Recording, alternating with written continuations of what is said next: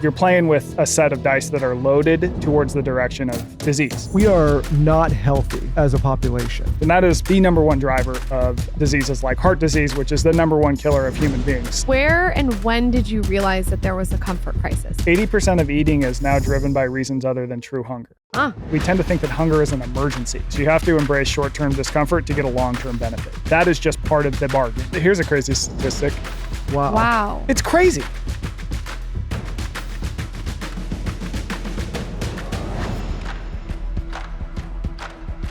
Michael Easter in the studio. I've been wanting to interview you now for a while. Love your work. Love what you're doing.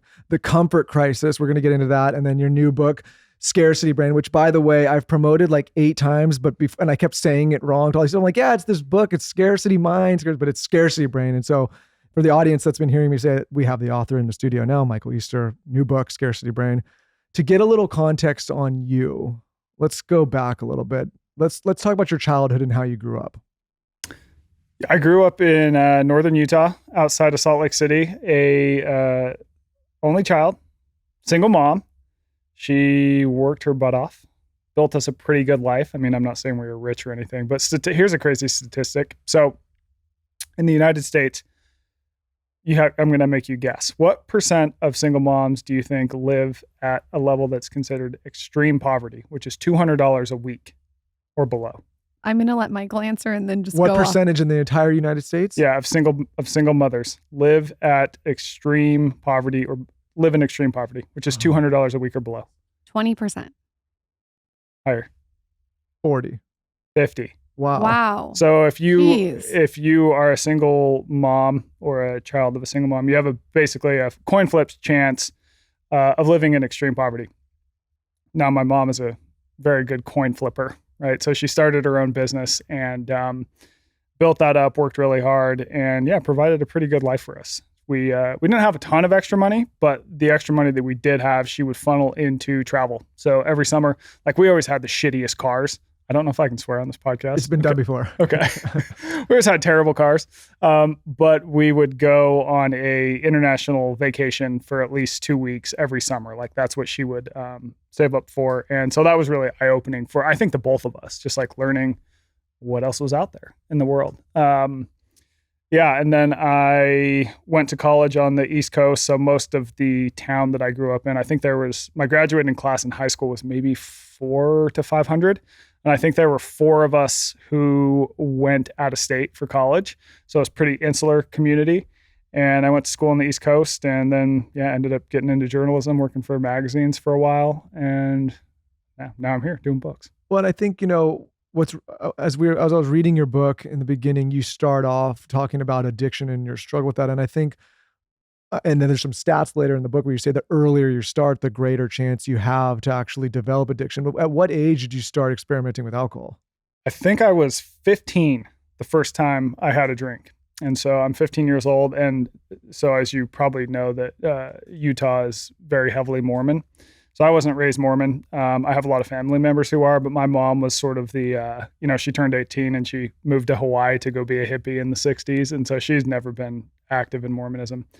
And so, I drank when I was 15. And I remember the first time I had alcohol, it was like, why would you not just do this all the time? Like this is it. This is it, man.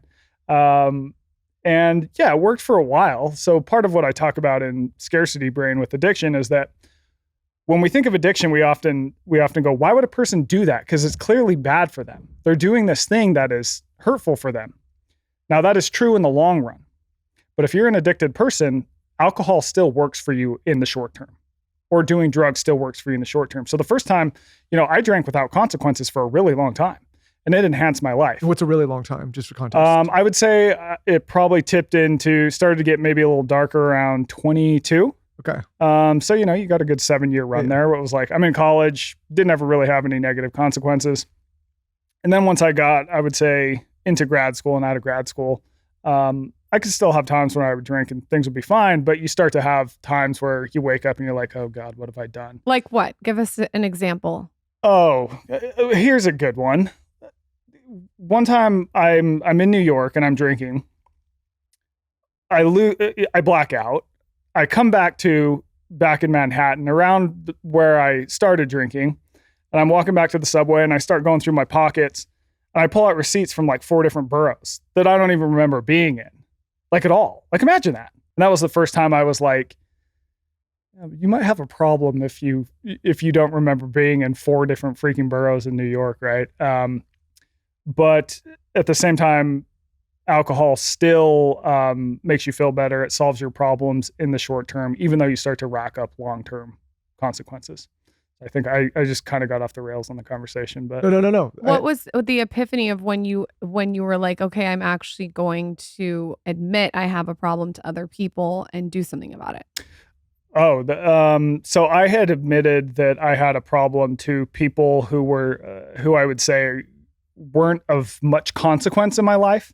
Like I remember one time I was, and I don't mean that to mean they were insignificant. I just mean that they were people that I was more comfortable admitting that to. I remember one time I was drinking with one of my best friends and we would always just like get after it. We were college friends. He would come down and visit me. I was living in Pennsylvania at the time.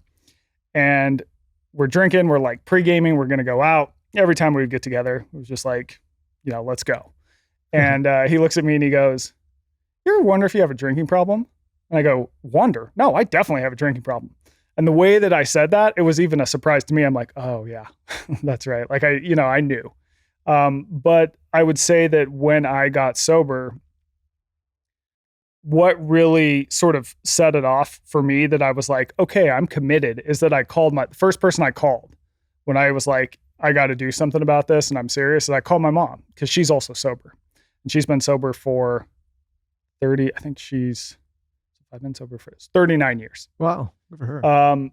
So I called her up and I just said, hey, like, I think I have a drinking problem. And once I did that, it was like, I've now said this to someone that I really care about, who I know will be willing to really help me, So I would say that was sort of like the big moment. And then what happened after that? Did you end up going to a rehab?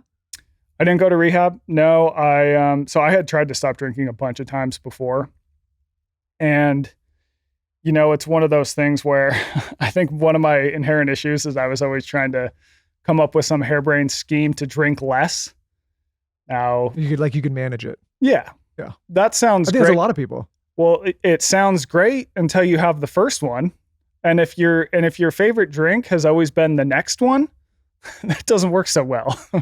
Right. So I just did all kinds of stupid stuff to try and drink less. It never worked. And I think it just became very clear to me that there wasn't going to be an easy way out of this. And I could very clearly see that if I continued drinking the way I was, that I was going to die early. Now, I didn't know if I was going to die at, when I was 35 or 55 or 75. I just knew it was going to be earlier than it would be. And I also knew that my life would probably be not as good as it could be if I were to stop. So when I got sober, it was sort of a realization like, oh, we're going into the fire, dude. And this is going to suck. And I don't even know if you can do it, but we got to like just bear down. And yeah. So at what point, I mean, you seem to me when reading your book, like a very curious person. And like you're, obviously in your line of work, you've studied all of these different people and gotten in all these different adventures and had all these different experiences. When you were drinking, were you focused on your professional career at all, or was this not until later? Like how did you start kind of falling into the space that you're in now? I think that, so I was, at the time I was working at a magazine, big magazine. So I was doing the work I was doing now, but I was definitely losing some gas that could have gone in the work tank to the fact that, Monday after a weekend bender, I would be basically useless. Most of Tuesday, I'd be useless. And then, we started to get some gas back Wednesday and Thursday. And then by Friday, I'm going, man, can't wait to go out tonight. So like, really, I'm not investing that many resources to work. Like, don't get me wrong, I'm working well enough that I'm not getting fired, but I'm definitely not employee of the month. Okay. And so I think that, you back up, part of, I think, getting sober is figuring out why you drink in the first place or why you use drugs in the first place. And that takes a while. It's not like you get sober and then you go, oh, well, that's why. Like, it's a long process. It's a process that I'm still figuring out. For me, though, I think that it was probably that I've always been drawn to like intense experiences. I just like to explore the edges of life. And so when I'm working at the magazine, like I'm in an office every day. I've got this like 9 to 5 that's like rather sterile. I'm doing work that I'm doing the type of work that I don't necessarily love. It's kind of like, this pays the bills. And it's just a little bit boring, right? And so when I drink, all of a sudden, I kind of turn into this new person that is more willing to explore the edges, right? Because if you have a lot of drinks, all of a sudden, any experience can turn into a sort of an extreme, intense experience, whether it's with other people or whether it's even if I'm trying to write something, like I'm going to write it differently and it might be really interesting. Sure. And so it sort of allowed me to scratch that itch for extreme experiences, but it was doing that in a way that ultimately caused long-term harm. A lot of creatives say that, like Hunter S. Thompson, he would drink all day long as he was like, I feel like other it's, things. yeah, I feel like it's very common that a lot of creatives want that intensity that they think that the drug or alcohol brings to their work. Yeah. And, the other thing is that me having a background wanting to be a writer, I didn't really realize I wanted to be a writer until I was maybe 20, 21 in college. Even though I had loved reading different works as I grew up. I was a magazine junkie. I was a book junkie, and I was a huge Hunter S. Thompson fan. And so part of me, as I'm the drinking person, I'm going like, well, all writers, like they drink to excess. Now, never once did I go, oh, well, yeah, Hunter S. Thompson put a gun in his mouth at 62 or however old he was. Oh, so did Hemingway. Like, come on, dude. Like, that's not a good long-term plan. No, it's like people that glamorize certain rock stars, and they don't like go a little forward and say like, oh, look how that ended. Yeah. And so, I think really what it is not that the alcohol or drug of choice makes them anyone a good musician, anyone a good writer, anyone a good artist, anyone good at anything. It's just a person who is maybe can make a living off those things or good is drawn to those sorts of things. Yeah. Because for every person who's done that, who's like a crazy drug person like Hunter S. Thompson, you can line up other people who aren't, Sure.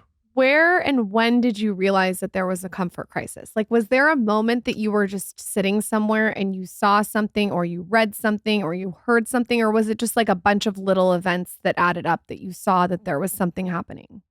I think it was a lot of little events. I think it was, going through getting sober, I realized that, after I did that, like hardest thing I've ever done, full stop, totally uncomfortable in every single way. I mean, the physical stuff is like not even most of the battle. It's like, you got to figure out why your head is the way it is. And you got to relearn life and how to live it, like everything.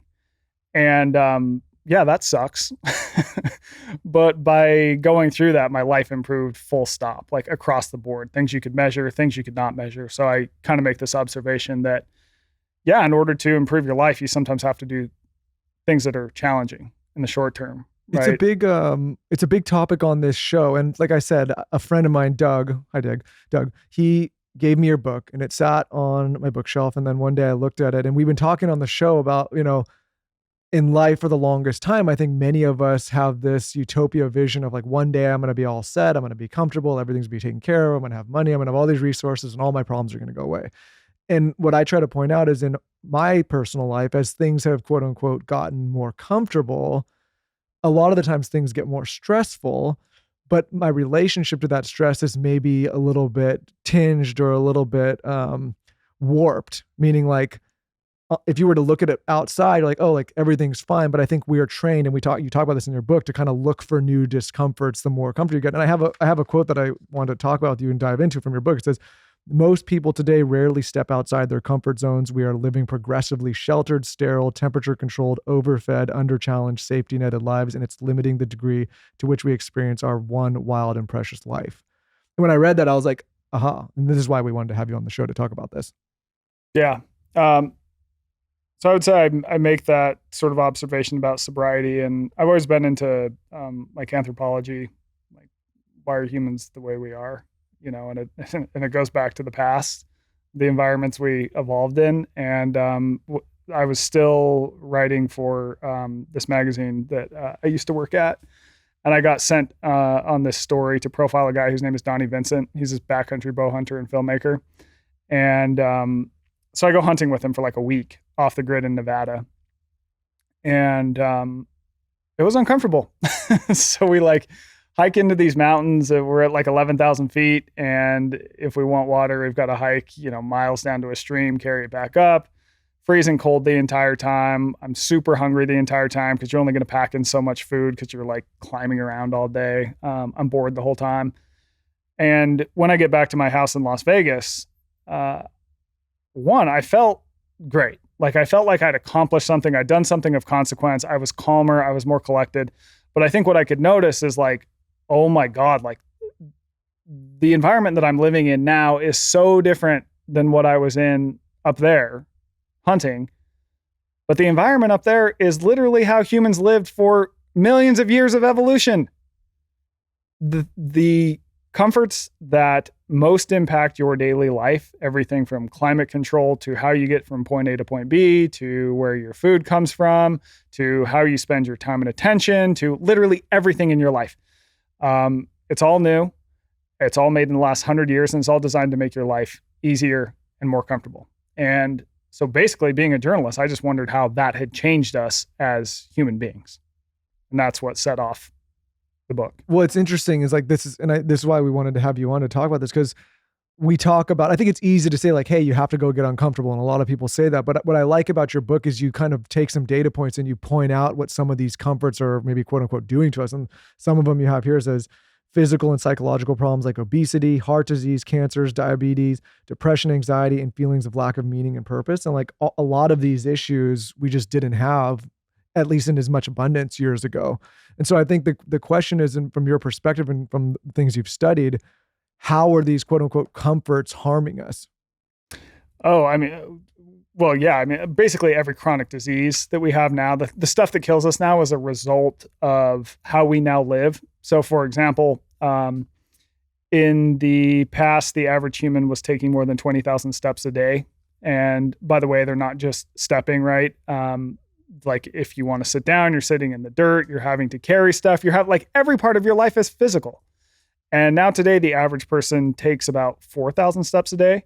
And even as we're sitting in like plush couches, we just don't work our bodies as much. And that is the number one driver of diseases like heart disease, which is the number one killer of human beings. So I also don't want people to like think that the takeaway from my books is like, yeah, try and live like a hunter-gatherer. It's like, hell no.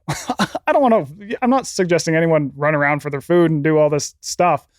We have these amazing advances, but we've kind of become a victim of our own success. So the answer to me is really like, how can I take some of the wisdom of the past, like things that we used to have to do as humans that kept us healthy, everything from being more physical to even how we spend our attention. Like people used to get bored a lot. Now we've got a million easy, effortless escapes from boredom. Yeah, like being sent to your room when you were a kid was a huge punishment. Now I'm like, put me in my room for as long as you want. Yeah, because I've got like 79 different screens in there. Even the way people poo was different. Like, yeah. Like even the way we go to the bathroom now, like they had to like squat down, which is, by the way, really good for your intestines. No, but even be on then, that squatty potty. But it's like, it's a totally different thing. There's even the memes that exist. Like, what do you do if you forget your phone in the bathroom? Yeah. You know? No, you're absolutely right. And so for example, that's a great example. So I would say most people in Western countries, because we just don't squat anymore, we have a higher, most of us can't squat with our heels on the ground, ass to grass. And because of this, we have a lot higher incidence of knee issues. We have a lot higher incidence of hip issues. When you look at East Asian countries where people rest in the squat or go to the bathroom in the squat, their rates of knee diseases and hip problems are way lower than ours, simply because they're taking their bodies through a range of motion that humans were designed to do every single day, We have multiple a times a squatty day. potty. Is that the same? Is that the same, But or it's is that not the same? it's Is that still comfortable? I feel like that's still comfortable. I feel like I need to get a toilet in the floor, like we saw in China, where you're like, I would do that. That's cute. Let's not for the change house. our whole. Let's not rip the toilets out of our If bathroom. I'm We're not gonna- designing a house, though, I will put a toilet in the floor. And if you think I'm joking, you can pull this podcast clip in 10 years when I have my whole remodel. No, You're but gonna, listen, I mean, you're gonna message me and be like, "Why did you come on this show and talk about this?" and send me a photo of your hole in the ground it's toilet just like we in just have 10 holes years. in our house. Yeah, we're gonna strip everything out of our house. No, but doing a show like this and having a media platform that reaches a lot of people, like, I feel like some of these issues you want to talk about, people get touchy about, but the fact is, like, there's a stat in your book that's what I found crazy and I highlighted. It's like 32% of Americans are overweight, 38% are obese, 8% extremely obese, 70% of us are too heavy. 1/3 of diabetes or pre-diabetes. 40 million Americans have mobility problems. Heart disease kills 25% of us. All medical issues essentially non-existent until the 20th century. Those are scary, staggering numbers. Like outside of any kind of like body positivity or whatever, like these are just like, we are not healthy as a population. Yeah. And it's a problem. There's some bad things that have come out of the last few years, but there's also some incredible things. I think it is one of the biggest moments in time where people are actually starting to pay more and more attention to their health. This is so needed, which is why I love this partner, Armra Colostrum, so much. You guys know I'm always on the lookout the ways to strengthen my immune system, the gut health, to improve my fitness and metabolism, enhance skin, hair radiance, all of the above, which is why we love Armra Colostrum so much. We've had the founder of Armra on this show going in depth about the benefits of Armra Colostrum. And there are so many different things that Lauren and I have noticed since taking it.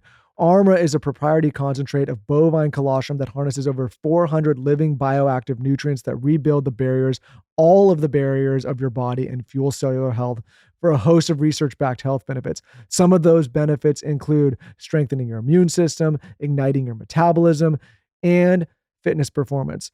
Armra is such a powerful product. Lauren and I take it. Our children take it. We take it multiple times a day at this point, and I think you should too. Armra goes above and beyond quality standards and invests in expensive auditing and third-party testing, so you know the product is high quality and clean. And if you want to learn more, I definitely recommend when Dr. Sarah came on the show, who's the founder of Armra, to talk all of the benefits that Armra Colostrum provides. We, of course, have worked out a special offer for our audience. Receive 15% off your first order. Go to tryarmra.com/skinny or enter skinny to get 15% off your first order. That's tryarmra.com/skinny. Tryarmor.com/skinny. I was shocked to find out about the chemicals that are in a lot of kitchenware. I was making eggs for my daughter in a pan that had all these toxic chemicals like PFSA, PTFE, PFOA, all these like hard to pronounce chemicals. And I learned about it through an episode with Max Lugavere. I immediately went out to find kitchenware and cookware that was non-toxic. Enter Caraway. First of all, it is the chicest, cutest kitchenware you've ever seen. So much so that I actually have a pan out on my stove with bone broth cooking every single day because I like the aesthetic of it. I got the beige set. It's so beautiful. It's the best gift ever. And most importantly, it's non-toxic. So if you want to ditch the chemicals that are in your pots and pans, I would highly recommend Caraway Home. Everything has chemical-free ceramic coating, so your food can be prepared with peace of mind. There's no hard-to-pronounce chemicals that will leach into your healthy ingredients. You don't want to be cooking scrambled eggs and having like all these chemicals seep into your eggs. It's just like not a vibe. So if you want beautiful, aesthetically pleasing kitchenware that's non-toxic and it also has like a naturally sleek surface, so you don't need a lot of oil or butter, which I appreciate. It makes things efficient and quick. Visit carawayhome.com/skinny to take advantage of this limited time offer. You get 10% off your next purchase. This deal is exclusive for our listeners, so visit carawayhome.com/skinny or use code skinny at checkout. Caraway, non-toxic cookware made modern. This company is blowing up all over social media because it's known as a brain fuel. What I noticed, though, is a clean energy boost, and also it curbs my appetite, which is really nice if I'm fasting in the morning before the gym. And the product is called Ketone IQ. Basically, it's like this little shot. I like to take 2 before I work out. And it just gives you like really clean energy. It's not like a sugar or caffeine kind of energy. It's just a pure energy. What I like about it though is it's also awesome for an appetite suppressant. So I usually don't eat a big meal before the gym. I'll do like 2 hard-boiled eggs and my coffee with raw milk. And then I'll take a shot of this and I'm not starving during my workout at all. So I have my protein, my caffeine, and then I have my little hit of my Ketone IQ. It's the perfect situation. Michael is the one who told me about this brand. It's HVMN, which stands for Health via Modern Nutrition. And he was like, everyone is obsessed with this. It's not a keto diet product. It's just like this little shot that gives you brain fuel. So he kept telling me all his friends were taking this before workouts. I tried it. I noticed it was a clean energy. I'm always testing products. I test so many products. And this was one that really stood out to me because it really helped me get through a workout. And also it just gave me a nice clean energy, like I said. You should also know that 60% of the Tour de France uses this product. You can try it too. You can save 30% off your first subscription order of Ketone IQ at hvmn.com/skinny. That's hvmn.com/skinny. Yeah, what I like to say about, if you're in the overweight or obese category, it's not a guarantee you're going to get ill, but what it does is it increases your risk of diseases. Sure. Right. So it's like you're playing with a set of dice that are loaded towards the direction of disease. Does that mean you are going to get heart disease? No, it's not a guarantee. Is it a guarantee you will get diabetes? No, just means your likelihood is much higher. But do you think a lot of these issues are because people seek so much comfort in their life, which leads to poor habits that make us more sedentary or make us less prone to movement or more prone to bad eating habits? That's like kind of like the essential point of the problem with seeking constant comfort, right? Yeah, exactly. And I mean, it's a direct one-to-one, right? If you're not moving enough, that leads to issues. Your weight creeps up. You're also not getting metabolic effects that are good for your heart. And if you're eating a lot, you're going to gain weight, and that's associated with all sorts of bad outcomes. And it really is. It's just the fact that, when you look at how humans evolved, we evolved in these environments where we would have to go hunt and gather for food all day. That took a lot of physical work. And by the way, the food was scarce and hard to find. So we didn't have access to a ton of food. So the people who would have survived and spread their genes, when they had access to food, they tended to overeat it. They also didn't move more than they had to because you're just wasting energy, right? And energy is at a premium. So we still today have those same genes that basically tell us don't move too much. If you have the opportunity to sit instead of stand, you should probably sit. Don't just go out and move for the sake of it. Oh, if you have calorie dense food and have access to it, probably eat a little more than you really need to. That would have provided an advantage for all of time until now in a world where we don't have to run around hunting and gathering for our food, where we do have gas stations filled with 79 different kinds of Doritos, right? So we're pre-programmed to want these comforts, but the problem is now we have so much abundance and so much ease of access that this pre-programming is essentially harming us because we don't do all the things that we used to do to get these things. Yeah, exactly.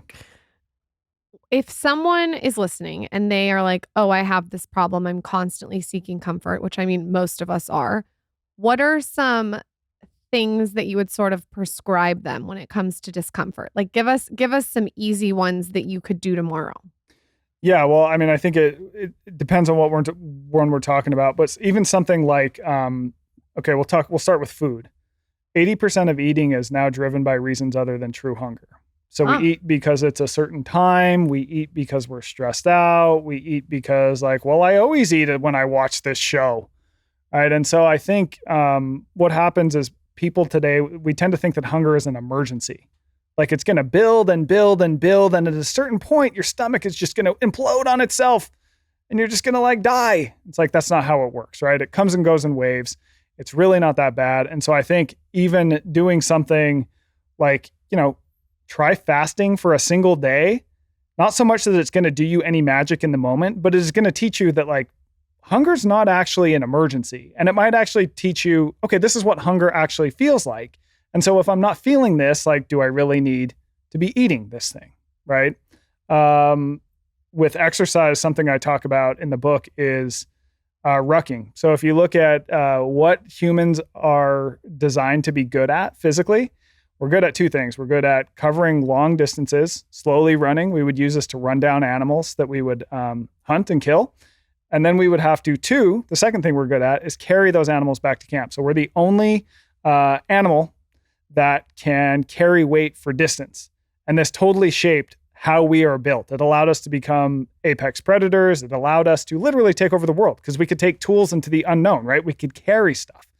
And I see you, Lauren, this guy goes to the airports with a big rucksack on. Every time he's traveling, he's got a big weighted backpack on. I'm gonna be doing that at the lovely Austin I might airport. have to pick up that habit because I see it. I'm like, we travel all the time. I literally flew to LA yesterday, did a meeting and flew back. Rucking while traveling is truly my worst nightmare of hell. You are already such a fucking nightmare when we travel. If you start fucking rucking while we're traveling, I will literally. I'm gonna act. I will divorce you. I'm not joking. I'm gonna get the exact setup and then I'm gonna start. No. We have to give and take here. You get your hole in the ground. He gets his airport rucks. We'll call it a day. Our whole house is going to be torn up and there's just going to be rucksacks everywhere. Rucksacks and holes to pee in and poop in. So I think here's the other issue. I think a lot of people will receive this information or they'll hear it. And it's like, yeah, I agree and I get it. But then there's no like flip of a switch to say, okay, I got to actually implement and make some changes. I think as humans, we're so resistant. We know these are all bad things. Of course, you shouldn't overeat. You shouldn't overdrink. You shouldn't be sedentary all the time. You should work out. We know all these things inherently. In your life, what was the switch where it was like, okay, I'm just doing these things now and I'm going to put myself in a position where I'm constantly seeking discomfort? I think that's the thing that people have trouble unlocking. Yeah, I think part of it is realizing it's not going to be easy. You know, like, I think that we live in a world now where, you know, there's a lot of, try this diet because you're not going to be hungry at all, or try this workout. It's only 20 minutes and it does everything you could take in 60 minutes or whatever. I think the realization that one, it's not going to be easy. But that two, it's not actually, once you do something a handful of times, it becomes much easier.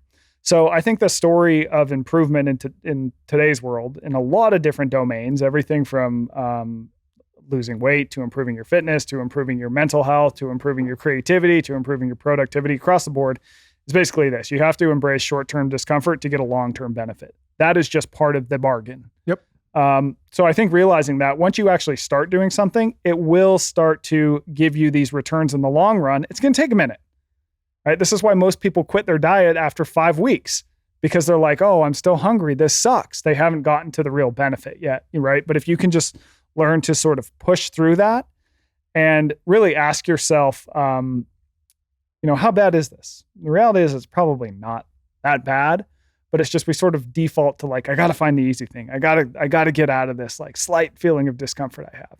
And so, I wish I could tell you like, oh, do XYZ thing. It's going to be super easy, but it wouldn't work if it was easy, right? Can I tell you 2 ways that I think that I get uncomfortable on a daily basis, and you give me a real assessment if you agree? Okay. The first thing that I do every single day is I meditate for 24 minutes. Now, I don't know if that's comfortable because I like being in silence, but I also think and we can get into scarcity brain, but I feel like it's uncomfortable to sit quiet. Do you agree with that or no? Yes. Okay. Totally. Okay. The other thing I do, I think you're 100% going to agree with this one, is cold plunging. That's uncomfortable, right? Uncomfortable. Okay. Yes. Cold. Okay. So I get your check. Yes. Okay. Get the checks. Now, my question is, what else would you add to those 2 things if it was you? I know you said rucking, but like if you could add more little things throughout the day that are uncomfortable, what would you add? Because I would love to add some more things that make me uncomfortable. First, I would say that the meditation is great because I will tell you, I know people who could, go run 100 miles right now if you asked them to, and they'd just be able to do it. And they're really good at managing that discomfort. But you ask them to sit alone with their thoughts for 24 minutes and they would be like, I can't do that. Like they would fall apart. Yeah. So rucking, I think, is something that everyone should do. I think that I do think it's actually particularly beneficial for women. And the reason for that is because of increased bone density. So women tend to lose bone density as they age. Now, this increases your risk of, if you were to fall, which people fall all the time, of a broken hip. And if you break your hip after, age, I think it's 65, you have basically a 33% chance of dying in the next 6 months. Rucking is uniquely good at improving bone density and therefore staving off, makes you be able to take a hit, basically. So this is something like I definitely worry about with my mom. And she rucks a little bit now. It's good for her, yeah. And you like the ruck better than the vest? It's one of those things where my answer to that is it's more important that you carry weight rather than how you carry it. But I do think that there are unique advantages to the ruck over the weight vest. We need to ruck. After we fuck, let's ruck. There you go. Let's just make sure we do the other thing too. But speaking of being alone with your thoughts, and I'm going to jump ahead. There was and I don't remember if this was in this book or the scarcity book, where you were talking about, there was this study where like 2/3 of men or 1/4 of women would rather be shocked than be alone with their thoughts. Yeah. Like they don't, like, people just don't like being alone inherently. And I think I found that to be really interesting. And I think, to Lauren's meditation point, a lot of people just have a really tough time sitting with themselves. Mm-hmm. Like you have to I used to have these roommates in college, and one of them was just like, he could not even, like, every day you have to be in the living room with them or somebody's attached. And some people are just extremely terrified of just being alone. I would caveat that with, though, the more you sit alone with your thoughts, and this has been my experience, the more you get addicted to sitting alone with your thoughts. So I think that at first it seems really uncomfortable, but then as you do it, and after reading the surrender experiment, I even more was like, oh my God, I just want to sit alone and quiet. It's a weird thing. And I'm sure that's happens with rucking and cold plunging too. It's like you start it, it's uncomfortable, but like you were saying, you have to sort of get to the other side for the discomfort to almost become soothing, if that makes sense. Yeah, the human body adapts. And one way that I like to look at it is we often look at these habits as if they're these things that we do to sort of get healthier. My position is more that being sedentary, for example, is more of a toxin than exercise is additive and like a vitamin. So basically, humans evolved to go through temperature swings. We evolved to get a certain amount of movement every single day. We evolved in conditions of hunger. And so that is our normal state. We have taken ourselves out of this normal state, and simply by doing this stuff, we're restoring ourselves to where we need to be. I think it's an important flip. And I told Lauren this, when you decided to go remote to Alaska, which is wild, by the way, did you have any, like, was this an experiment to see kind of how far you could push these discomforts and how far you could adapt? Or like, was this just an adventure seat? Like, why decide to do that? Because that seems like the most extreme version of talking about, finding discomfort. Yeah, I think that after I'd made this, observation about the benefits of discomfort, I had my friend Donnie calls me up and he's like, do you want to go to the Arctic for more than a month? And my initial thought was not only no, but hell no. But he's a good salesman and he starts talking me into it. And it occurs to me, well, this could be a great way to test this theory, and quite epically, right? So I signed on, and that was the whole deal, is that I'm a journalist. And I think that as a journalist, you benefit from going out in the world, trying things, going places, meeting people in person, working every angle you can. And I think that one of those angles is going through things yourself, because I don't know if you can really fully understand something unless you actually do it as well. What I found, like, I was trying to, like, even just fathom that. And to your point, I don't think you can fathom it until you've done what you've done. But when you talked about the moment where you were just kind of like there alone, and there's no cell service and there's no human, and you could send a smoke signal and it wouldn't matter. And like, I don't think people realize, because we've been so connected for so long, what it's actually like to be that alone. I wonder if you just like describe that feeling. Yeah. So to get where we needed to go, we had to take this plane that's about the size of a Snickers bar out into the middle of the Arctic. And then we took an even smaller plane where a pilot would take us one by one. So there are 3 of us out there total, one by one to this next spot. So because we're being ferried, and I was last, I just got left standing in the middle of the tundra, like hundreds of miles from civilization, from anyone. And, I think in modern life, we go, if I want to be alone, what do? I go in my bedroom. There's people in the other room. And oh, by the way, I'm going to text with someone. I'm going to go on Instagram. I'm going to watch TV. So I'm with other people through media. So in this position I found myself in, I am truly, utterly alone. There's no one. Example prior, even if you're alone, you can also, if you need to get to someone, you can get to them rather quickly, where in your situation, you can't. Right. So there's no one around me for hundreds of miles. I have no form of communication. I can't even listen to another person over the radio or something, right? You're just standing there totally alone. And I had never been that alone in my entire life. And that is a strange feeling. It's a very strange feeling. At the same time, it occurred to me, I could do anything right now. I could be anyone right now, right? So much of how we behave in day-to-day life is a reaction to all those other people around us. And once you remove society from the story, things get pretty open. And I think that the takeaway for that for me was, okay, well, how can this inform my life when I go back into society? The fact that this realization that all these decisions we make every single day are a reaction to others. And maybe we're not making them truly based on our own merit or what we want to do, right? Because society determines so much of what we do. And so I think that was very useful for me.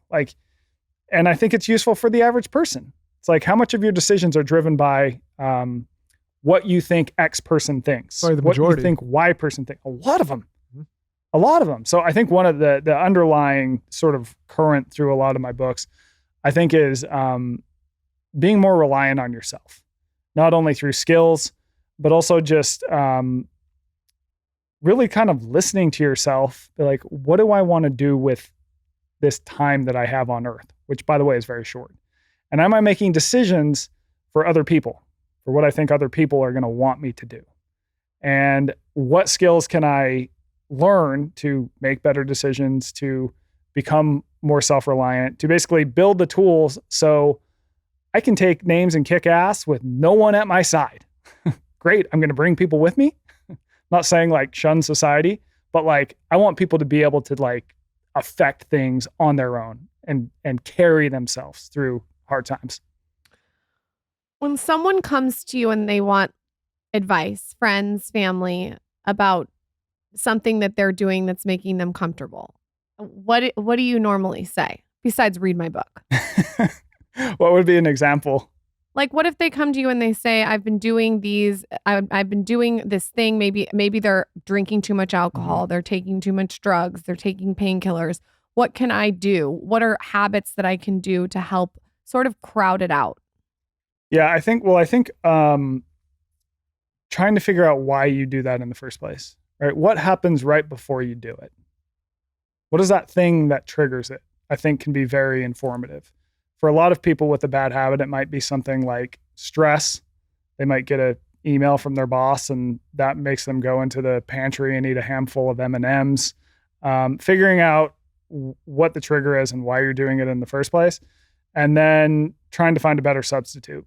So I mentioned how, for example, one of the reasons I think that I drank to excess is because I like extreme experiences. So once I stopped drinking, I still have a need for that, but I can't get it from alcohol anymore, right? So now Alaska in the middle of nowhere. So now I got to figure out another way to get it. Yep. So I started exercising a lot more, and the exercise ramps up in intensity. That's a good way for me to burn off steam, I learned, and get that extreme experience. I start spending a lot more time outdoors. To your point, taking trips to Alaska for a month. And I think that that's a lot more productive thing than drinking for me, right? This gives me long-term benefits rather than long-term consequences. What I've observed that I think is really interesting about right now is that when people are uncomfortable in any situation, they reach for their phone. So when they're in line in the bathroom, they'll reach for the phone. Yeah. When they're sitting alone in a restaurant, they'll reach for the phone. I even notice people in the morning, right when they wake up and maybe they have an uncomfortable thought, they'll reach for their phone. When they go to bed, it's like a bookend for their day. They'll literally lay down and go to bed with the phone. What do you think about that? Go off. As most of our fine listeners, viewers know, recently we have severely cut back on alcohol, which is why I'm so excited to announce our new partner, Heineken 00. Heineken 00 is an alcohol-free option to the original Heineken that you love. So it has 100% taste, but 0.0% alcohol. So let's say you want to do a work presentation. Let's say you want to go to the gym. Let's say you want to go to a dinner party and want to have a drink in your hand and not feel awkward or pressure to drink alcohol. Let's say you want to give up alcohol for dry January. Let's say you want to go to a Friday night birthday party with an early morning run. Let's say you're like me and you just want to enjoy the taste of a crisp beer, but you don't want to have the effect of alcohol in your system. We have you covered, you guys. Heineken 00. This means it's perfect for all the times where you want a beer or you would like a beer, but you can't have the alcohol. I personally am such a beer drinker. I always have been. But to know that I can have an option that doesn't have alcohol is absolutely amazing. I love the taste of Heineken. And now I can have Heineken without alcohol. 0 alcohol. It's made with the top ingredients. It's world famous Heineken quality. And also it's amazing chilled in the fridge. Michael and I are having one right now as we speak. Cheers. That Heineken taste.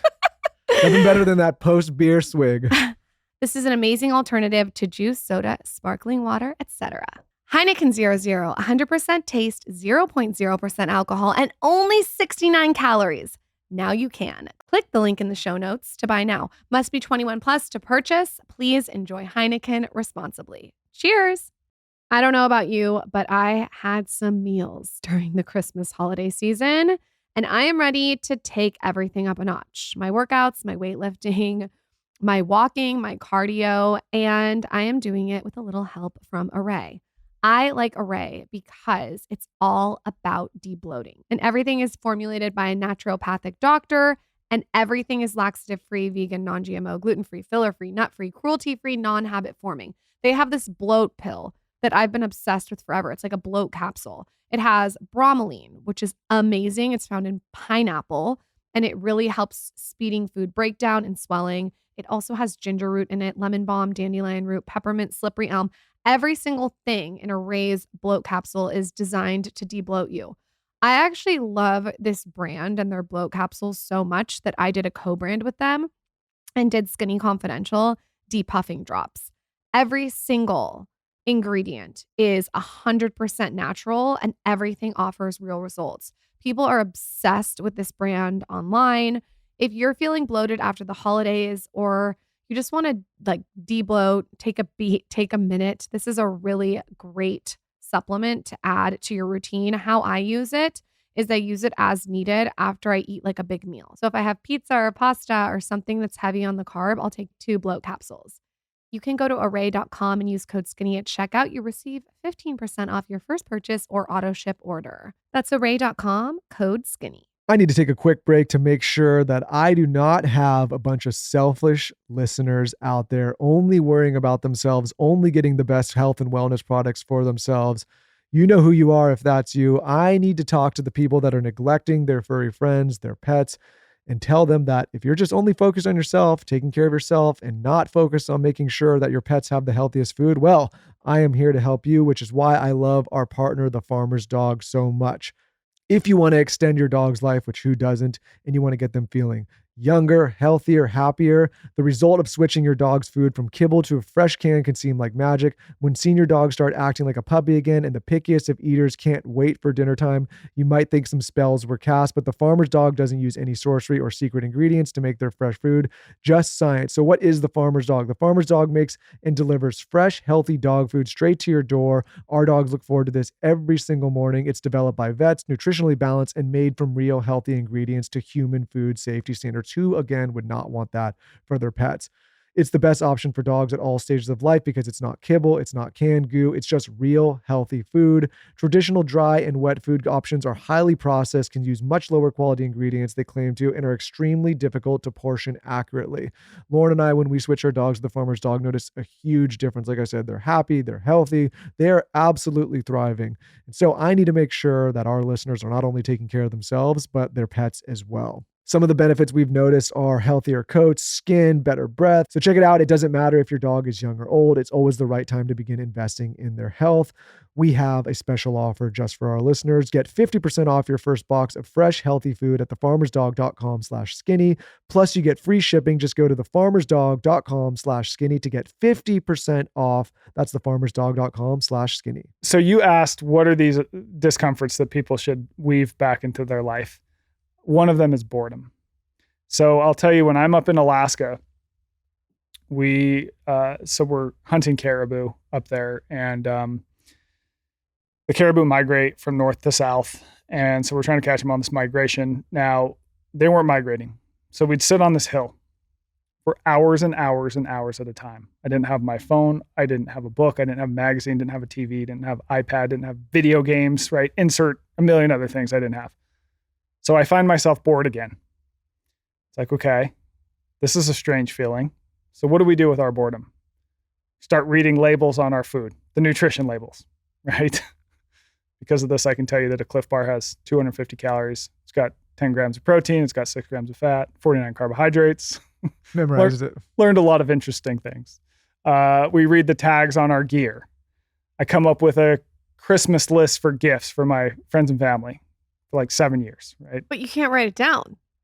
No, I have a notepad. You have a notepad. Because I'm a journalist. So I write that down. Got it. Then I wrote some of the book.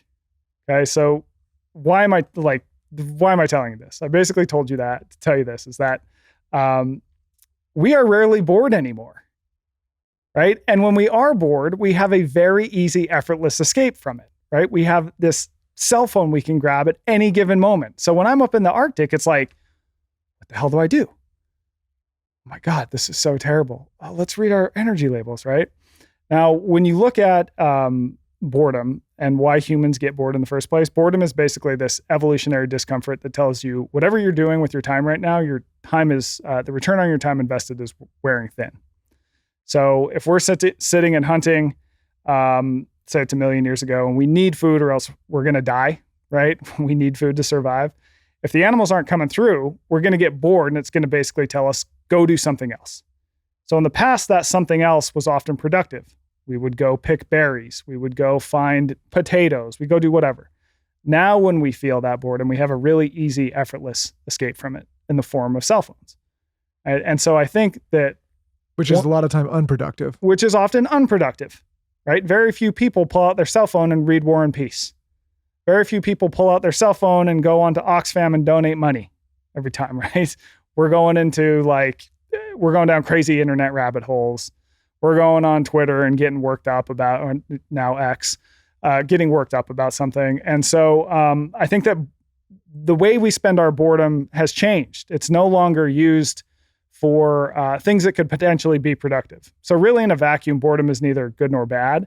It's what does it tell you to do? It just tells you to go do something, right? And in the past, that something used to be productive, and now it's not often productive. Which I think is a good segue into your book, Scarcity Brain. But before you do that, there's one thing I want to talk to you about, which I forgot to mention, and I was trying to explain this concept to Lauren the other day, which is, I think you call it, not comfort creep, but you call it basically problem creep. Creep. But I call this, just so you know, the saber-toothed tiger. Well, but that he looks for whenever everything's good. He's looking for the saber-tooth. I think this will resonate with many listeners, and tell me if I have the concept wrong.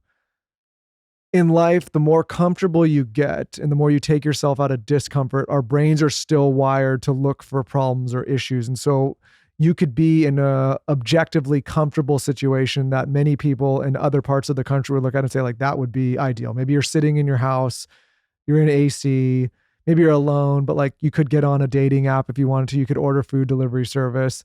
But now it's a problem because it's not a nicer place. Or maybe you get used to flying business class and you get downgraded to coach, and now it's the worst experience of your life. Is that essentially what it is? Basically, it's, you're in a good situation, but your brain is wired to tell you that it's a bad situation, even when it's not. Is that like kind of it? Yeah. Yeah. So this is from a study conducted in 2018 by researchers at Harvard. And they basically found that as humans experience fewer and fewer problems, we don't realize this and appreciate it. We simply look for the next problem. So in the past, this used to, you're getting seen. Yeah. Well, I think everyone does this. No. Keep going, I'll Michael. give you, hold on. Not you, Michael. This Michael. Lauren, what happens if your meditation in the morning gets derailed? That's a different story. Okay. Keep going. So in the past, this used to keep us alive because we lived in environments that were harsh, where we rarely had enough. Like the world was really hard. And so if you were the type of person who was looking for the next problem, that would keep you vigilant. Okay, we got enough food, but do we got enough firewood?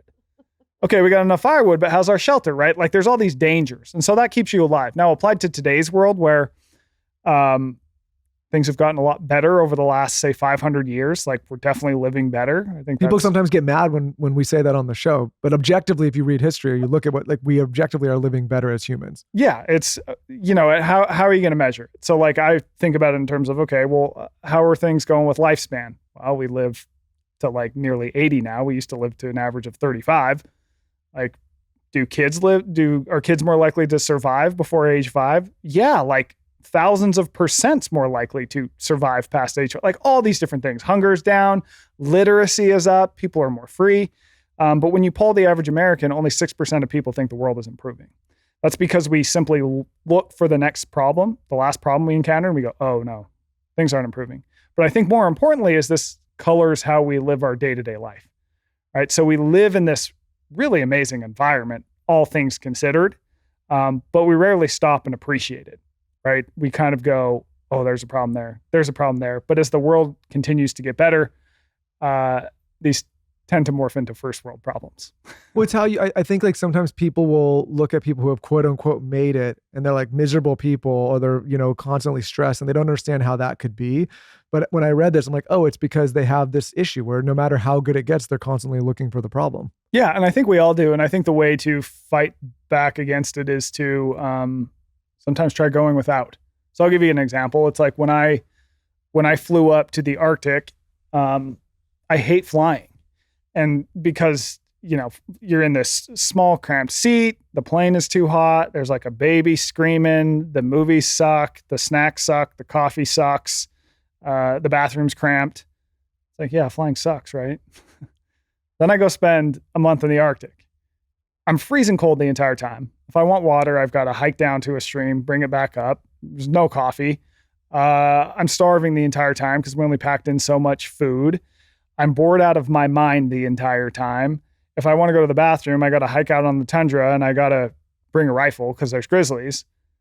And so when I get back on the 747 back to Vegas, like, what do you think my experience of the flight was like? This is the best coffee I've ever had. Oh my God, it was the best experience of my life. Yeah.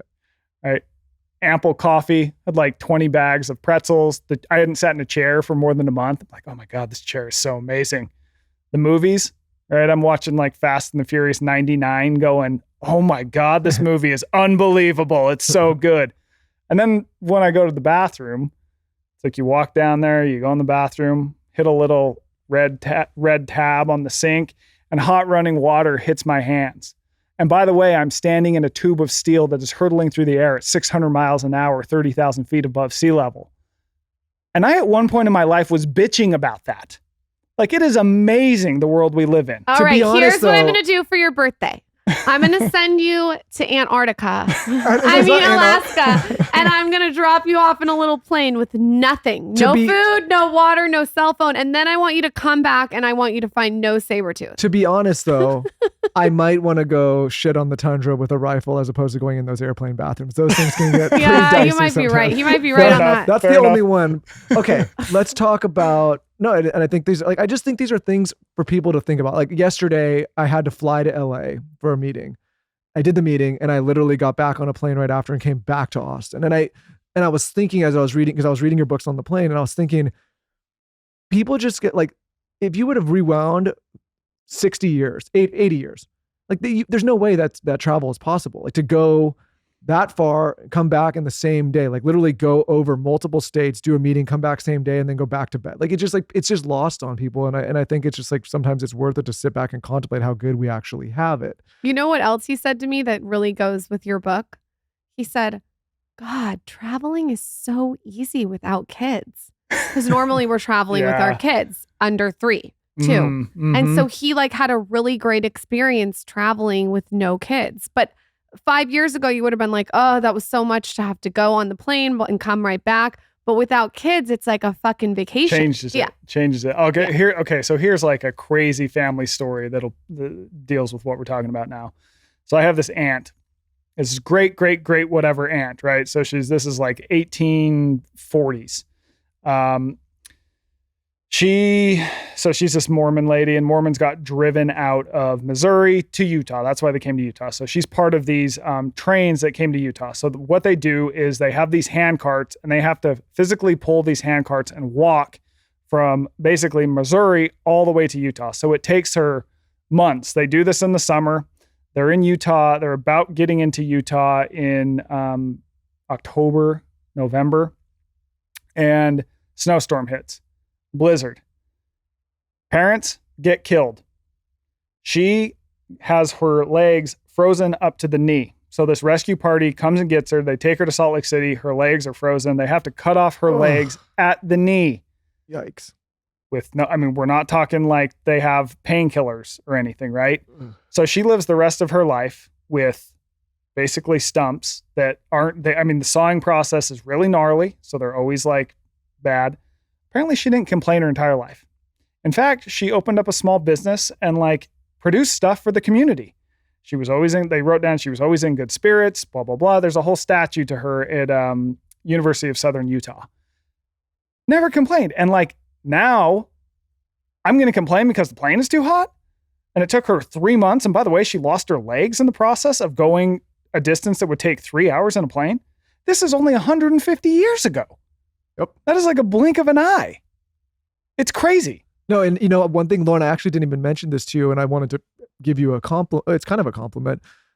Lauren, arguably and objectively, we talked about on the show, has been through more adversity in her personal life than I have. She's had things happen that just, I have not had those same experiences. And I was reading your book, and it was talking about how people who experience extremely adverse things in your life, like what you're talking about, or like some of the things Lauren has been through, losing a family member, a parent, or whatever, like you say they're reported to be happier later in life. And I have it written down. Have better psychological well-being, higher life satisfaction, fewer psychological and physical symptoms, less likely to use painkillers, use healthcare less likely to report as disabled. And what resonates is Lauren and I do this ice bath together. And I am not going to lie, she is way tougher than me in the ice bath. Like sometimes I will go and I'll hit that 3-minute mark, and we go cold. It's like 39 degrees and it's one of those one that moves. So it's not easy. She'll go in there for like 5 or 6 minutes. And I'm like, how the hell does she do it? And then I read your book. Peter like, Attia does 16 minutes or something. Well, he's a freak, Peter. Hi, freak. Hi, Peter. Hi, freak. Hi, freak, Peter. Peter. But I was reading your book and I'm like, oh, I think her relationship to pain, and in your book, you were talking about peoples that have experienced, tragedy in life or adversity. Their relationship to pain is different than maybe somebody who hasn't experienced those same things. Maybe we could talk about that a little bit. Well, one, I will say that women have a way higher pain tolerance than men. Men are like, yeah, you guys are fucking pussies. We're fucking pussies, full on. And this isn't just me like having observations. This is like actual science behind this, and also observations. My friend said it's because you guys don't get a period once a month. So you guys are like, I have a sniffle. And it's like, okay, like. We also don't give birth, which again is controversial to say these days. You guys really don't do much. We don't do much. We just fucking sit around and go, I'm going to go up to Alaska for a month because, oh God. You don't do much. No, definitely women have way higher pain tolerance. And this is even like in workout classes. They've done really interesting studies where they'll measure how hard men go versus women, and women consistently go way harder than men and report lower, like it wasn't as hard for them. No, I think there's if there's a silver lining to look at for people that have experienced tragedy in their life or adversity or hardships. Some of the data from your book points out that those people go on to actually live, healthier, more fulfilled, happier lives than people who maybe experience less adversity. Yeah, it's a you. So basically, they've done these studies where people who have sort of trauma after trauma after trauma, they don't have great mental health, as you might expect. Sure. But on the equal side, people who have no problems in their life and sort of get everything done for them and haven't ever faced adversity and hardship, they have equally poor rates of mental health. So there's a sweet spot where you want some number of challenges in your life because that teaches you how to navigate the future.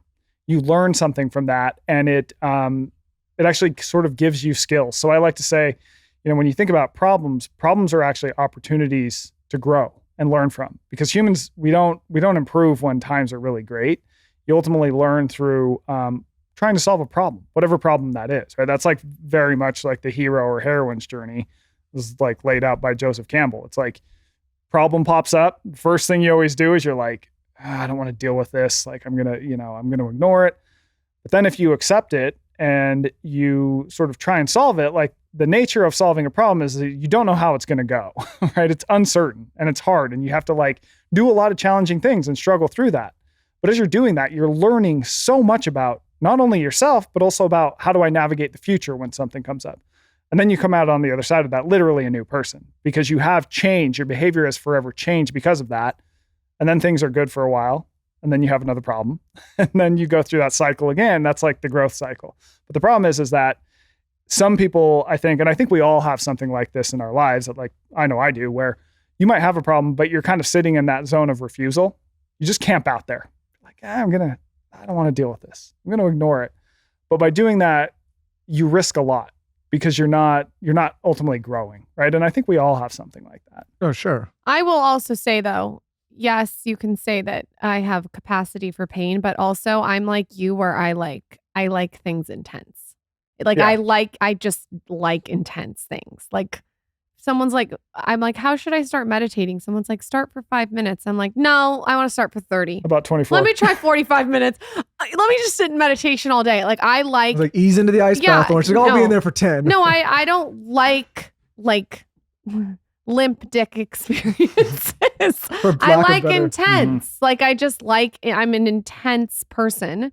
So I don't know if that has something to do with the ice bath, or if you're just. No, I think some people are wired. No, I mean, and listen, I feel like if I'm with men, like I can hold it with the best of them in an ice bath, right? Like I'm consistently in cold water, but when I do it with her, it's just like, it's a different thing. She hands you your ass. Yeah. Okay. Let's talk about Scarcity Brain, your new book. I think this really goes kind of like hand in hand with your first book. Why are we wired to think that we have less and crave more? Why, like from your perspective of all the research you've done, why does this? Because I think this is a common theme of discomfort and maybe unhappiness and unease in people's life, where they just feel they need more and they don't have enough. Especially with social media, because you can feel like the best mom on the planet, and then you go on and you see like business stuff, or you can feel like the best business person on the planet, and then you go on and you see family stuff and you're like, I'm not it's almost like it's never enough with social media. Yeah, well, so the reason is very simple, is that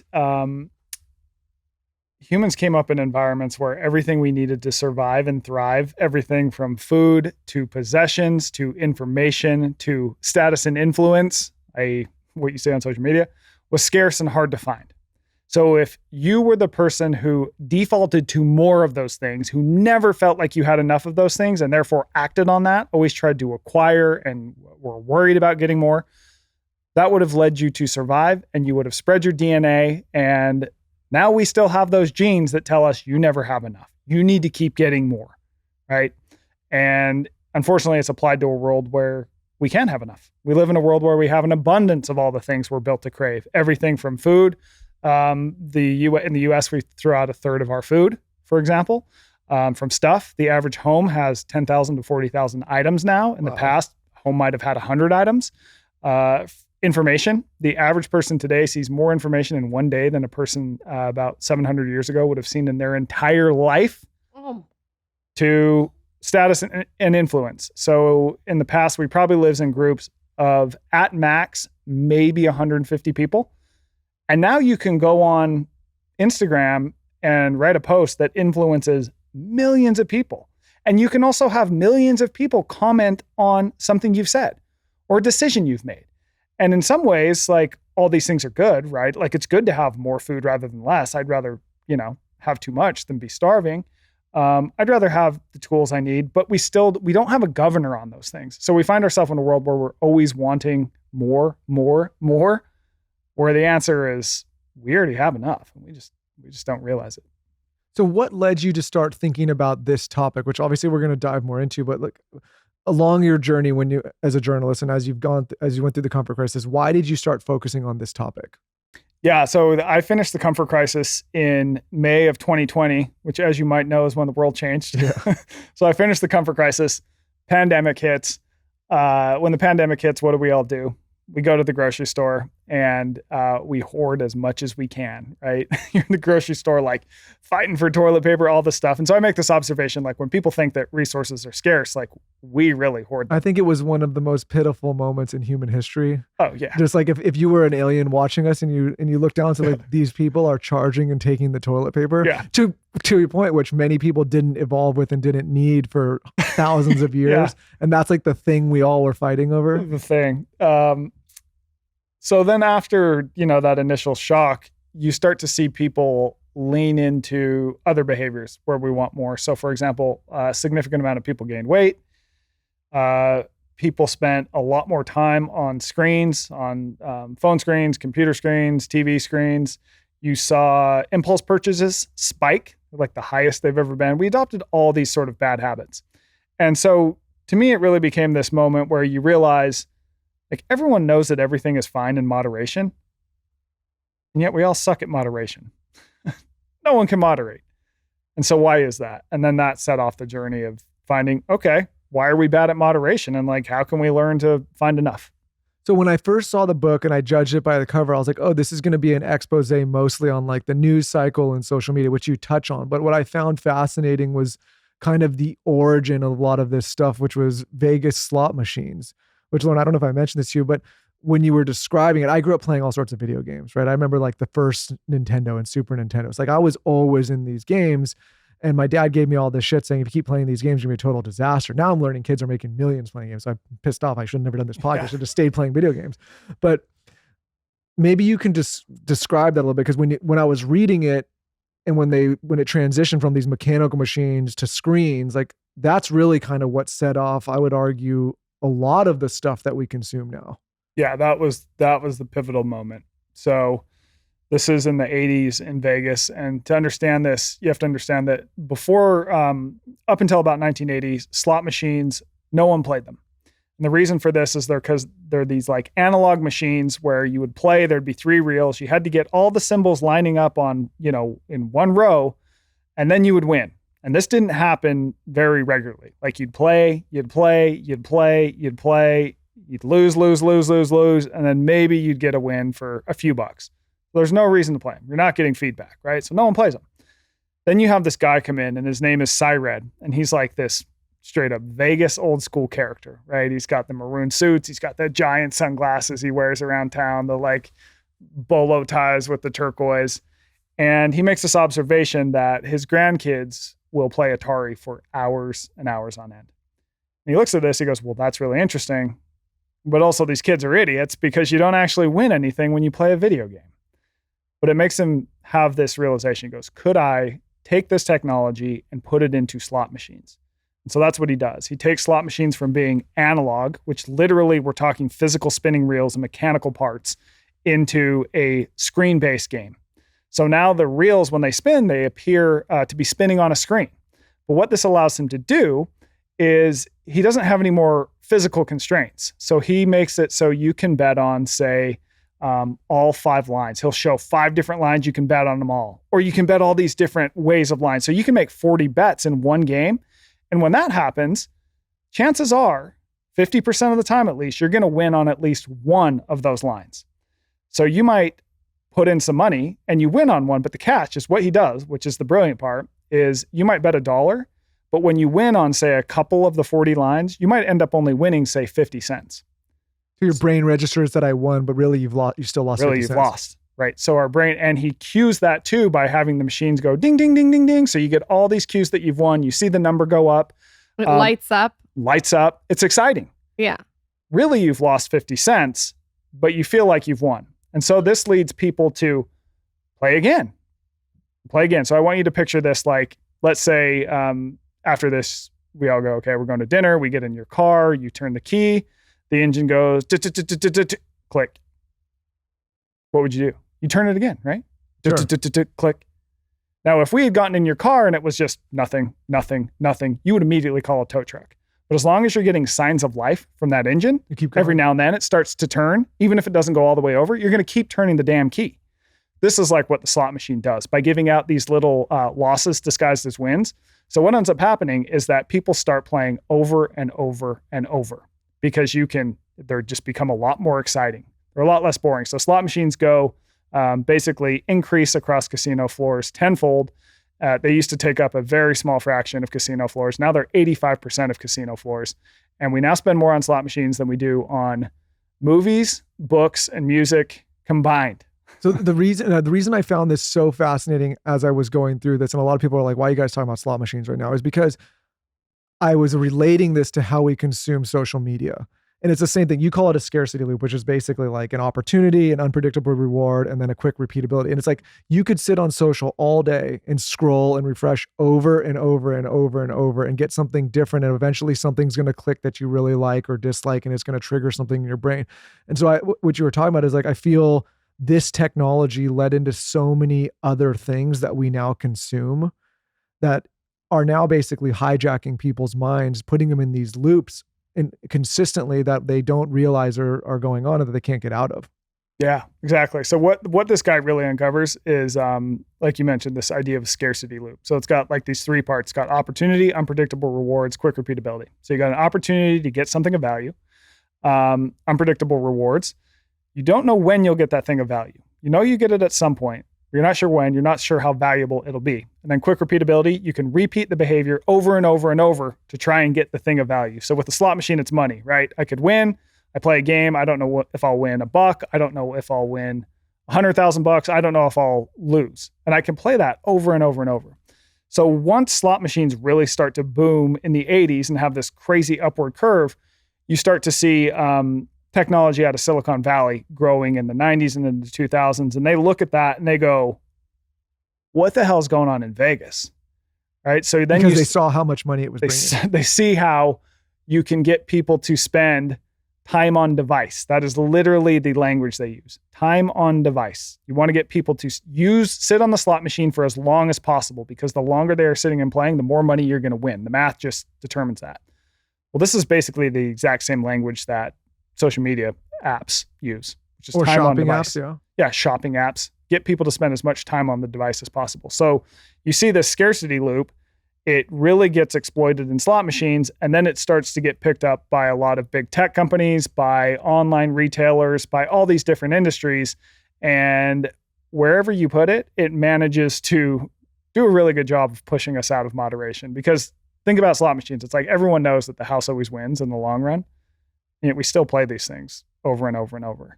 And you put it in social media, it's the same thing. It's like, how many people are like, I want to spend 3 hours a day on social media? Like, no one.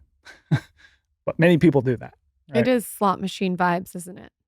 It is the exact same architecture as a slot same. machine. It's the exact same. he even pointed out like thinking about email, which I've been guilty of for sure. Oh, Refreshing your email over and over. But so can you explain like what's going on in people's minds when they feel like when they talk explain about what's going on in my husband's mind when he refreshes his email. No, because what I think the every 5 takeaway minutes. that I want for people here, and I think from your book, is to one, realize when this is happening, and two, figure out how to not nobody's going to get off social media. Nobody's going to get off. Give us a code word, Michael. No, but you not Michael like, Bostic. How Michael. do you? Give us a code word that we can use that I'm like, you're being sucked in by the slot machine system. No, but it doesn't, to the point, it's not just social media and email. I'm not perfect either, though. I want to say that. I mean, I'm not saying I'm perfect. I'm just saying you do get a little sucked into Well, the email. I think everybody does, right? Especially if they don't recognize. And what I wanted to get out of this episode, outside of maybe having people think about being uncomfortable a little more, is also recognizing when they're incessantly scrolling or checking email, or maybe it's like a finance app, or maybe they're incessantly shopping. Like how do you break these habits that kind of derail our lives? I have an Amazon problem.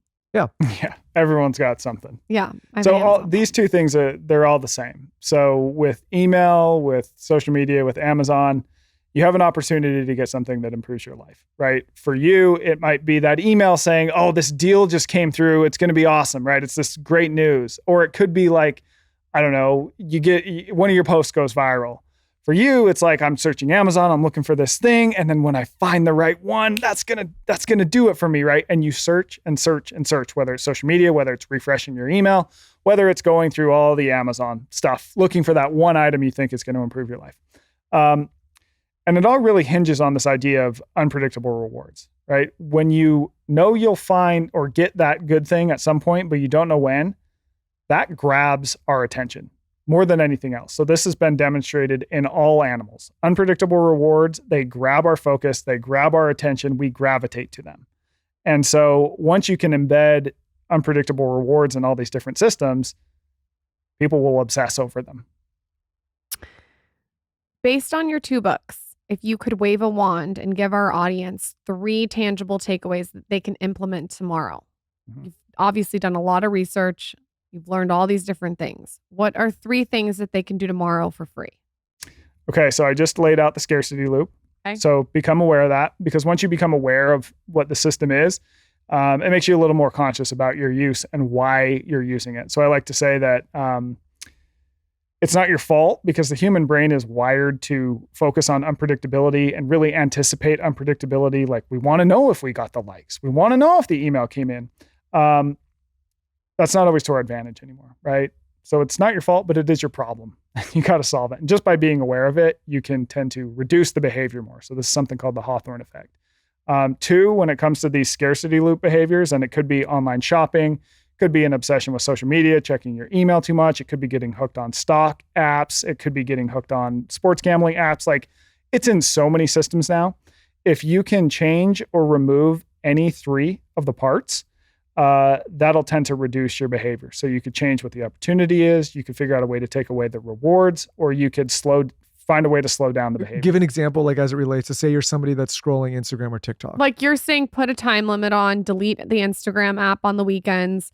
Don't go on. Like for me, my thing is I don't go on my phone after like 7:30. I put the phone in the other room. Yeah. Like create boundaries around it. Yeah. So for example, with shopping, so you could go, okay, the opportunity, it's like, why are you buying these things in the first place? What opportunity are you getting from that? Even just being like, what is this thing for me? Because people buy stuff for a lot of different reasons. A big one is just boredom.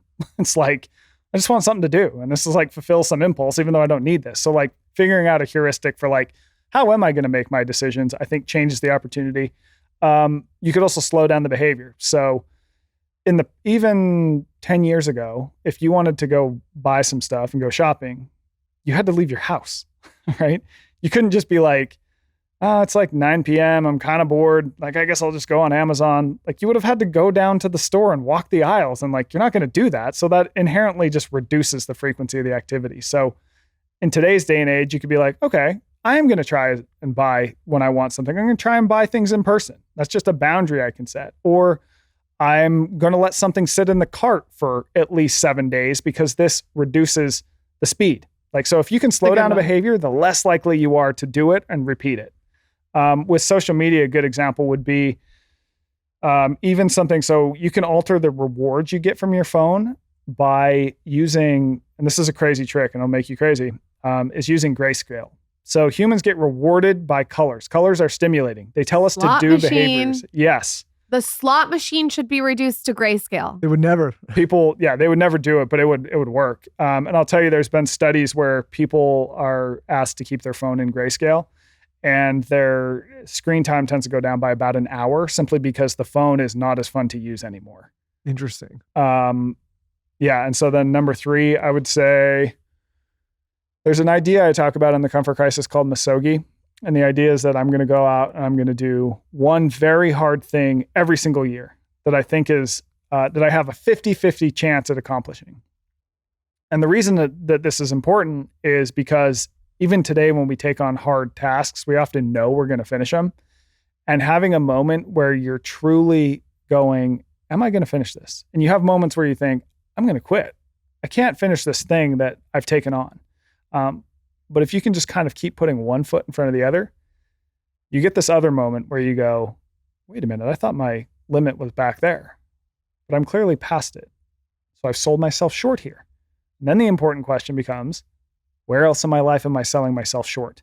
Right? So that is the ultimate teacher. People do not learn from when times are perfect. We learn from adversity. And often in today's day and age, like I'm not saying the world is perfect by any means, but sometimes it helps to have to manufacture adversity. Because if you think about humans in the past, we used to have to do challenging things all the time to survive. This could be from hunting. This could be from having to move to summer and wintering grounds. And we often didn't think we were going to make it out, but we did. And we would learn something about ourselves. We'd have to dig deep and just be like, I got to figure my shit out. And we'd come out on the other side and be like, wow, you have a whole different gear than you realized. And that changes you forever. And so I think today you have to do things that show you have that gear, that show you have potential. Like I can sit here and be like, oh, you've like a whole hell of a lot more potential than you think. But you're never going to really get that unless you force yourself into a situation where you go, oh, I do. And then that changes you. You know, there's one other thing that, you know, I got a lot of value out of your book, but I also think that it's not lost on me, you know, when we're talking about this technology and the way we've evolved, like this is so new to the human experience, even though we may not feel it's new. I remember like you were talking about like putting groceries and having them delivered. I remember also at one point, if you wanted to go out, you're like, who's the designated driver? You know, how are we going to get there? Do we got to call a taxi? Like now people have Uber at their fingertips. So it's so easy. But one thing I also wanted to mention is I think people are so charged up now. They get so upset about some of the things they see. And what I found interesting reading your book is you have this part where you talk about politicians figuring out that the most unpredictable and contentious politicians on both sides ended up getting the most engagement and the most airtime on news sites. Like, for example, Trump got what you said 4 or 5 times more the airtime than Obama. And I think people like, when I heard that, just like being aware, so that sometimes when you see these contentious or kind of like viral characters, like, oh, that's a tactic that maybe they're unbeknownst they're doing it, but they're using to get more visibility, and that these systems are serving more to you to kind of like either make you more divisive or charged up or get a reaction to your point to have more time on device. Yeah. And I think just like being aware of that, because you see people, like I've never seen people get so upset by so many external things. And I don't think they're, in some ways, even though the feelings are true, some of this to a degree is somewhat manufactured. Does that make sense? Oh yeah, it's definitely manufactured. So I think the way to look at it is, you know, what really plays well on social, and what plays the best on social in terms of engagement tends to be moral outrage. That's been demonstrated in many studies. So tweets that express moral outrage, they get liked more. And it's not just tweets, it's Instagram posts, it's Facebook posts, it's TikTok, it's whatever. If something has moral outrage, it's more likely to get a lot of traction. And so the algorithms are designed in such a way to get people to spend as much time on the device as possible, to engage with the content. What people engage with is moral outrage. So that's why that stuff tends to rise in your feed and get a rise out of you and others. And I think the inherent issue is that you're going to see the same amount of angry people about something in the world, moral outrage, whether or not the world is improving or not. So it just gives you this totally skewed sense of what the world is like, right? If I go on Twitter and I start scrolling, I'm going to learn 100 reasons why the world is shit, why this side is the worst, why that side's the worst, why so-and-so's a bigot, why nope, the other side's actually the bigot, and well, on and on and on. And it's just like, Jesus. And if I just walk out my front door, it's a nice fucking day outside. So like, let's take in the sunshine and breathe in the cool air and talk to the guy there and be like, hey, how do you think the world is today? And he's going to be like, yeah, it's pretty good. It's a nice day out here. And I'm going to talk to the old lady there and be like, hey, how's your day? Oh, it's a good day. It's a really nice day outside, right? Like the world on the screen is like not reflective of what you can actually find in your own life and in yourself and in interactions with other humans that aren't on the algorithm. But it goes back to even looking for the saber tooth, or what you called what did you call it? The problem creep. Problem creep. Yeah. People are maybe comfortable in their actual life and they're going on social just looking for that saber-toothed tiger. They're looking for a fight. They want it. Well, it just like goes back to what almost we're like talking an about. addiction to chaos. You're sitting at home in your bedroom in your underpants, eating, food in your bed, and then you're online screaming and fighting with people because, you're bored and you don't have anything else going on at the moment, right? And I think I think a lot of people fall victim to this stuff where they're on here and like, okay, well, I'm sitting here and I'm angry, but if you were just out in the world trying to accomplish something, you might not have the time to look at something like that. Does that make sense? Oh, totally. Like, and I think that that's what these platforms and this technology, when I was reading this, I'm like, oh, this is what this stuff has done, is it's sucked us into the point where this is all consuming. It's just become our every waking minute. I'm going to give you a good metaphor that was one of my favorite when I was reporting the scarcity brain. So there's this guy who I spoke to whose name is Thomas Zental, and he's one of the world's greatest behavioral psychologists. The guy's like in his 80s now. And he started doing research when he was in 1968. And he has demonstrated that pigeons will gamble if you give them the opportunity. So what he does is he has these pigeons that, live in these little cages in his lab, and he will put them in a bigger cage that has the 2 games. So in the first game, they can peck a light, and every other peck, they get 15 units of food, okay? So it's a predictable game. The second game they play, it's more like a slot machine. So about every 5th peck, they will get 20 units of food, but it's unpredictable. So the first 5 sequences, it could fall on the second peck. The next 5, it could fall on the 4th peck. Same exact architecture as a slot machine. Now, what he's found is that 97.5% of the pigeons will choose game 2, even though it gets them less food over the long haul, right? Because if you play this game 100 times, you're going to get way more food than if you play the second game, the gambling game, 100 times. And that doesn't make any damn sense, right? It's very strange behavior. It's fun. It's fun, right? They're looking for stimulation. The pigeon wants fun. The pigeon wants fun. So then here's what happens, though. Once he takes those pigeons and he puts them in this really big cage that's designed to be just like the life they would live in the wild, where they have to build their nests. They're going to go hang out on, cliffs. They're going to interact with other pigeons. They're going to do things that are inherently stimulating to a pigeon. Then he puts them back and lets them choose a game. All the pigeons choose the game that makes sense, the game where they end up getting more food. And so I'm like, well, what the hell's up with that? And he says, there's a theory called the optimal stimulation theory, and it suggests that all species need a certain level of stimulation in our lives. And if we don't get that stimulation, we go searching for it from some other thing, right? So with these pigeons, it's like they're living in these shitty cages, like might as well play this gambling game for fun, right? Because they have nothing else going on. Because they got nothing else going on.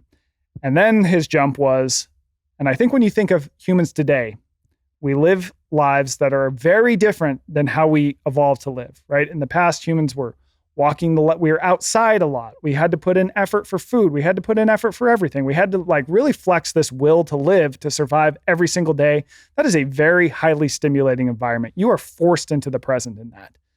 And now we live in worlds that are very different, where we don't do any of that. So when you think of modern humans today, he tells me, when we don't get a level of stimulation that we need, we go looking for it. We go looking for it in drugs. We go looking for it in gambling. We go looking for it in outrage on social media. We go buy a bunch of crap. We do all these behaviors that, much like the gambling game, aren't really getting us to this larger goal. So I think this explains why our producer is addicted to porn and watches it 15 times a day. Not you, Carson. I'm not talking about Carson. I'm talking about Taylor. Carson, this we have really another producer. wraps it in a bow for me. I hope Taylor's listening right now and he can take some notes. No, but maybe he can put down Pornhub for a second. I think everyone should check out your books to be, I think it's important to just be aware of all these things. I think that's the first, honestly, and my biggest takeaway is the first step is just being aware, because again, I think you kind of just get mindlessly sucked into these things, and it's natural, and it's, and we've evolved to exhibit a lot of these behaviors.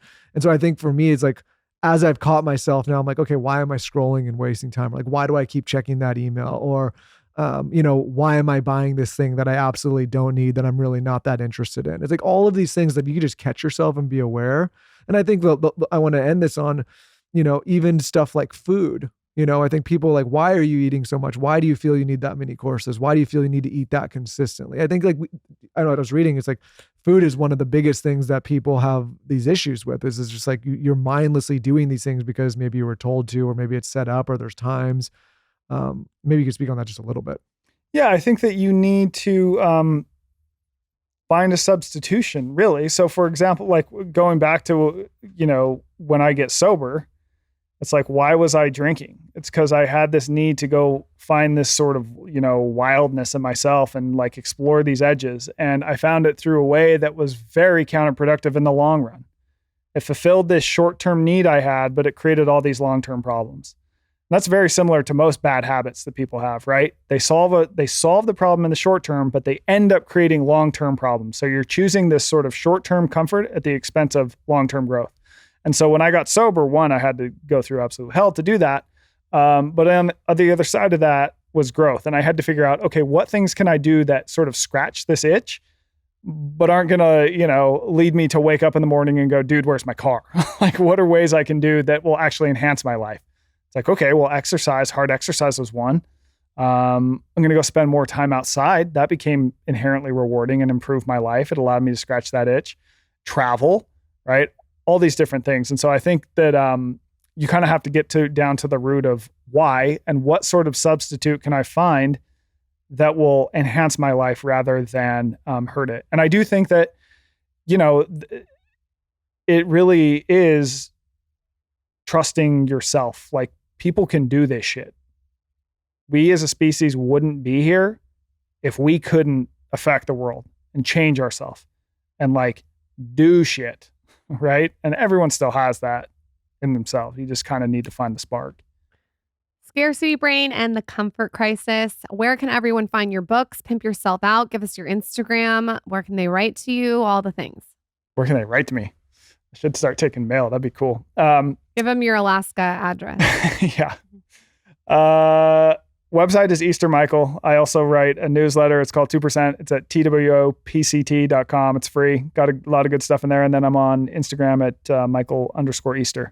And you can send me any emails. I got a bunch of different forms on my website. So, Michael, thank you for coming on. I am inspired and love this episode. Check out the books, guys. I'm assuming anywhere. Amazon. Oh yeah, the books. You can get them. Yeah, my editor's going, dude, did you really not mention the books?